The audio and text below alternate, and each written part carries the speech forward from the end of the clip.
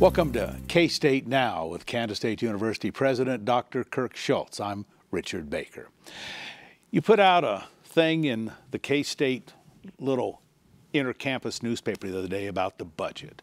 And I'd like to talk about a few things if we could. First of all, tell me what the undergraduate educational experience is and what kind of money are we talking about there? Sure. So what that comes out of is in the K-State 2025 plan, we have these different themes. So theme 1 is research, scholarly activity, create and discovery. Theme 2 is the undergraduate educational experience. So when we put out things like that, that goes back to the 2025 kind of area. So largely what that talks about is advising, student scholarships, retention efforts, things like that that are directly impactful on undergraduate students. And graduate experience.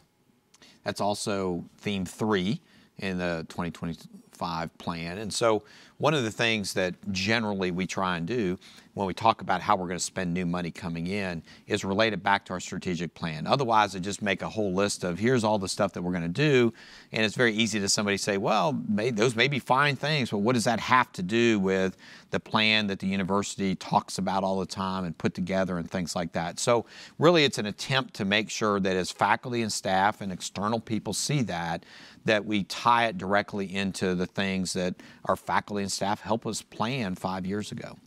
Well, we're on the subject of students. Do we have an official count for the semester yet? Our official count, I think, is out either this afternoon or Monday. I don't remember which one. It's an artificial construct, this 20th day number. And I'm convinced that when the university was founded in 1863, somebody probably figured out they had to wait 20 days to see who was here.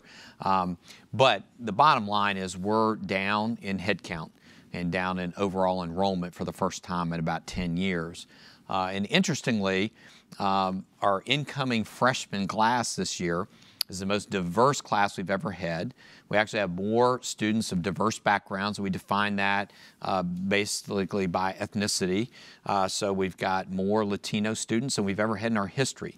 It's also the best academically prepared freshman class that we've ever had, measured by ACT.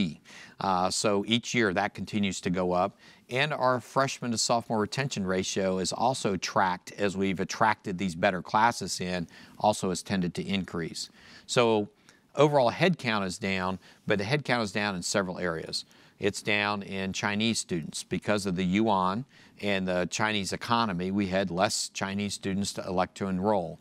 We had fewer students take distance education classes. We had fewer graduate students at the master's level, interestingly not at the PhD level, that enrolled. So we had across the board in all these different areas, we just had fewer students enroll this time, at a time when we actually capped tuition and had probably our lowest increase that we've had in several years. So it's a little counterintuitive.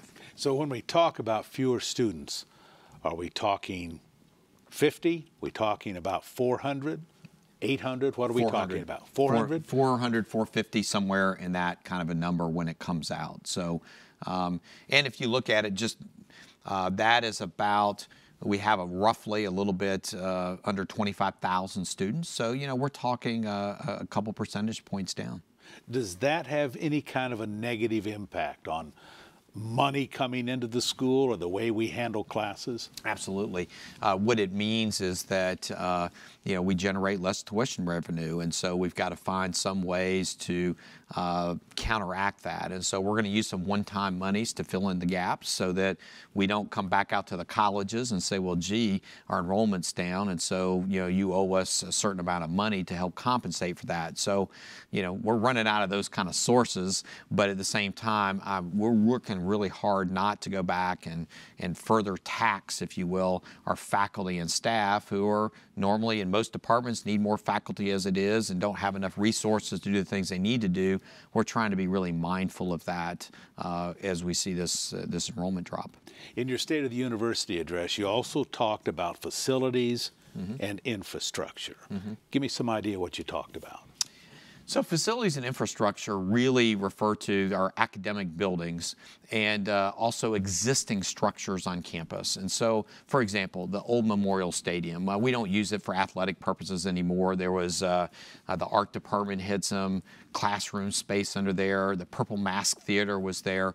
So what we've gone through is been able to raise some money, gone in and renovate and really take an old, frankly, fairly dilapidated structure and turn it into modern space that is very much more useful. So if you look on the east side, the old Memorial Stadium, now we've got a state-of-the-art black box theater for our School of Music, Theater, and Dance to use for various plays and different kinds of things like that. So on the opposite side, that's going to be career planning and placement.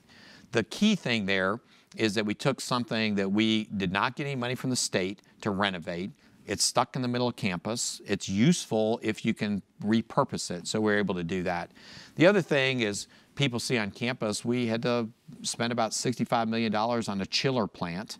Not a very sexy project, but that's all this 36-inch pipe or 24-inch pipe that's being buried on campus is basically to provide more effective and efficient air conditioning and cooling for a lot of the academic infrastructure on campus. So when we talk about infrastructure, largely we're talking about physical infrastructure, electricity, heating, cooling, ventilation systems, roofs, things like that. You used the word dilapidated. Yep. At one time, the university was way behind in taking care of buildings. Where do we stand with that now? Yeah, and the numbers, they throw lots of numbers around. I've seen numbers as high as $800 million that should be allocated to renovate and do some things. What we've done is we've actually shrunk that number over the last couple of years. And the reason for that is we're actually fixing up some of these older buildings. We're spending some time, even if we don't gut the entire building, what you wind up doing is renovating a classroom and making it more modern. And while we're doing that, we change the electricity and we put new roofs on and new windows in buildings. So we've shrunk that a little bit. We get some money from the state to do that, about $10 million a year. But then we've supplemented that with private monies that we've been able to raise to do some of this renovation work. With regard to money, one of the things that's been in the news here of late is money with strings attached. How does Kansas State handle something like that? I'm particularly sensitive to this because I don't want to put the university, our faculty or staff or students in any position that any dollars that come in from a private source, from a corporation, a foundation, anything, has these artificial strings attached about, well, here's what the results need to be, or, we want to support you, but only if you're going to do something a particular way. Now, every grant money that comes in for doing research has strings attached. From the National Science Foundation, you've got to have certain reporting requirements. That's okay.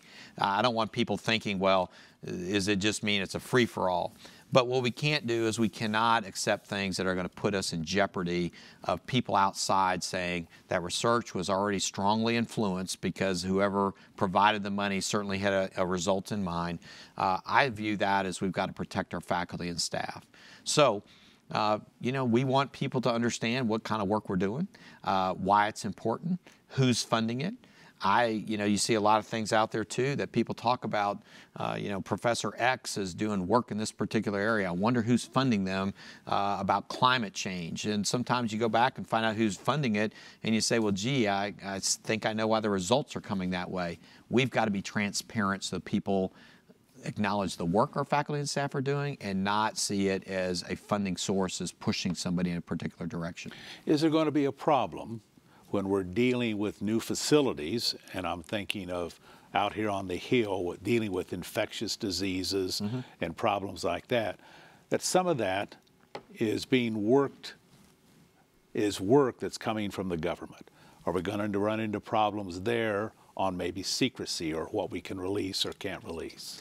I think the answer to that is yes in some regards, because it's a government facility and there are certain things that folks will be studying that we don't want to run a banner on the outside of the building saying, here's what's being studied here. Now, I think the American public probably, when we were growing up, had a different view sometimes of government-sponsored research and the need for secrecy. Where we've got to balance that out is there needs to be some expectation of being transparent and upfront about the types of things that we're trying to address. So I think one of the challenges and unique opportunities we have as a university working with NBAF is how are we going to communicate to the general public at large the types of things that we're working on without compromising things, but acknowledging what it is that we're trying to do. That's a fine balance, but I think we can't simply say, you know what, we can't tell you anything. I think those days are behind us. So we've got 4 or 5 years to work to figure this out while they're building the facility. And it's going to require communication professionals, scientists, engineers, public policy people, all working together to kind of acknowledge that the time we live in is a little bit different than before. And as a quick example, many people out there may have seen the USA Today set of articles about, biolabs in your backyard and things like this. Interestingly, a lot of universities that they cited in there said, we're not going to talk about this at all. We decided at K-State that we were better off being willing to talk to them about it so that at least we could maybe provide a balanced perspective on things. I think that's the kind of leadership we're going to have to take with NBAF as well.